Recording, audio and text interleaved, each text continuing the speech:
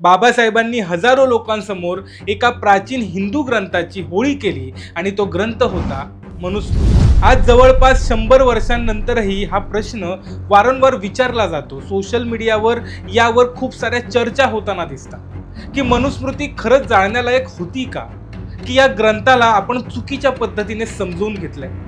काही लोक म्हणतात की हा हिंदूंचा अपमान आहे, तर काही लोक म्हणतात हा विषमतेचा पाया आहे. चला तर मग आजच्या व्हायरल इनसाइड स्टोरीमध्ये आज भावना आणि राजकारण बाजूला ठेवूया, फक्त लॉजिक, इतिहास आणि पुराव्यांच्या आधारे या प्रश्नाचं अचूक उत्तर शोधूया. तेव्हा हा व्हिडिओ शेवटपर्यंत नक्की बघा. सगळ्यात आधी हे समजून घेऊया की मनुस्मृती म्हणजे काय. सोप्या भाषेत सांगायचं झालं तर हा एक प्राचीन भारताचा लॉ बुक म्हणजेच कायदा आणि आचरणाचा नियम सांगणारा ग्रंथ होता. इतिहासकारांच्या मते साधारणतः इसवी सन सनाच्या 2ऱ्या शतकात हा लिहिला गेला. यात एकूण 12 अध्याय आणि 2600 पेक्षा जास्त श्लोक आहेत. यात राजाची कर्तव्य कोणती, कर कसा गोळा करावा, गुन्ह्यांना शिक्षा काय द्यावी आणि माणसानं दैनंदिन जीवन कसं जगावं हे सगळं सांगितलं होतं. मग इतकं सगळं असताना इतका टोकाचा विरोध का? जर हा फक्त एक कायदा ग्रंथ होता, मग त्याला जाळण्याची वेळ का आली? याचं लॉजिकल उत्तर आहे अन्याय आणि विषमता. मनुस्मृतीने समाजाची 4 वर्णात विभागणी केली होती. ती जन्मावर आधारित ठरवली होती आणि या ग्रंथातील अनेक श्लोक स्पष्टपणे सांगतात की शूद्रांना शिक्षण घेण्याचा किंवा संपत्ती बाळगण्याचा अधिकारच नाही. एकाच गुन्ह्यासाठी वेगवेगळ्या वर्णांना वेगवेगळ्या शिक्षा ठरवण्यात आल्या होत्या. उदाहरणार्थ, उच्च वर्णाला कमी शिक्षा आणि खालच्या वर्णाला अत्यंत क्रूर शिक्षा. मनुस्मृती सांगतं की स्त्रीने बालपणी पित्याच्या, तरुणपणी पतीच्या आणि म्हातारपणी मुलांच्या नियंत्रणात राहावं. तिला कधीही स्वातंत्र्य देऊ नये.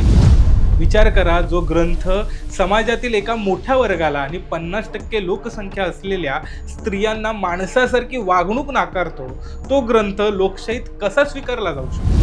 आणि म्हणूनच डॉक्टर बाबासाहेब आंबेडकरांनी या विषमतेला गाडण्यासाठीच आणि समानतेचा संदेश देण्यासाठी प्रतिकात्मक रूपानं हा ग्रंथ जाळला होता. पण मित्रांनो, नाण्याची दुसरी बाजू पाहणंही तितकंच महत्वाचं आहे. जे लोक मनुस्मृतीचे समर्थन करतात त्यांचा युक्तिवाद काय माहितीये? जसं की डॉक्टर सुरेंदर कुमार यांच्यासारख्या काही अभ्यासकांचं आणि आर्य समाजाचं असं म्हणणं आहे की आज आपल्याकडे जी मनुस्मृती उपलब्ध आहे त्यात प्रचंड भेसळ झाली. त्यांच्या मते 2600 पैकी तब्बल 50% पेक्षा जास्त श्लोक हे प्रक्षिप्त आहेत. म्हणजेच ते मूळ मनुने लिहिलेले नसून शेकडो वर्षांच्या काळात स्वार्थी लोकांनी किंवा ब्रिटिशांनी डिवाइड अँड रूलसाठी यात नंतर घुसडले. त्यांच्या मते मूळ मनुस्मृतीमध्ये जातीभेद नव्हता, तर ती गुण आणि कर्मावर आधारित होती. तिथं पर्यावरणाचं रक्षण आणि चांगल्या आचरणाचे नियम होते. मग आता आपलं लॉजिक काय सांगतं? समजा क्षणभर आपण मान्य केलं की काही श्लोक हे नंतर घुसडले गेलेत, पण वास्तव हे आहे की भारताच्या तेव्हाच्या समाज व्यवस्थेने हजारो वर्ष याच भेसळयुक्त का होईना पण मनुस्मृतीचा आधार घेऊन माणसाला माणसासारखी वागणूक दिली नाही. एका साध्या उदाहरणानं समजून घ्या. जसं की एका अमृताच्या पेल्यात जर कोणी 2 थेंब विष टाकलं तर ते अमृत तुम्ही पिणार का?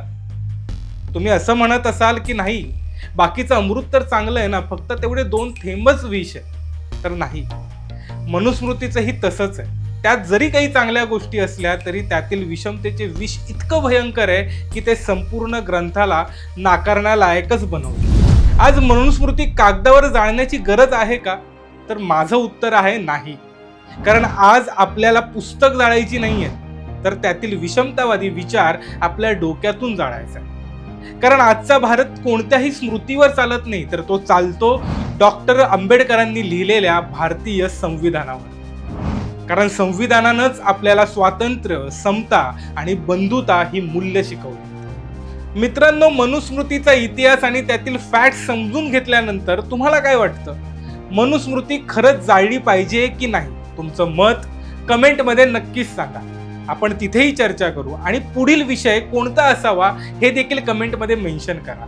आणि हो, आमच्या व्हायरल कारभारला जर तुम्ही सबस्क्राईब केलं नसेल तर नक्की सबस्क्राईब करा, कारण त्यानेच आम्हाला असे नवनवीन विषय सांगण्यासाठी प्रेरणा मिळते. तेव्हा फॉलो करा, सबस्क्राईब करा. धन्यवाद.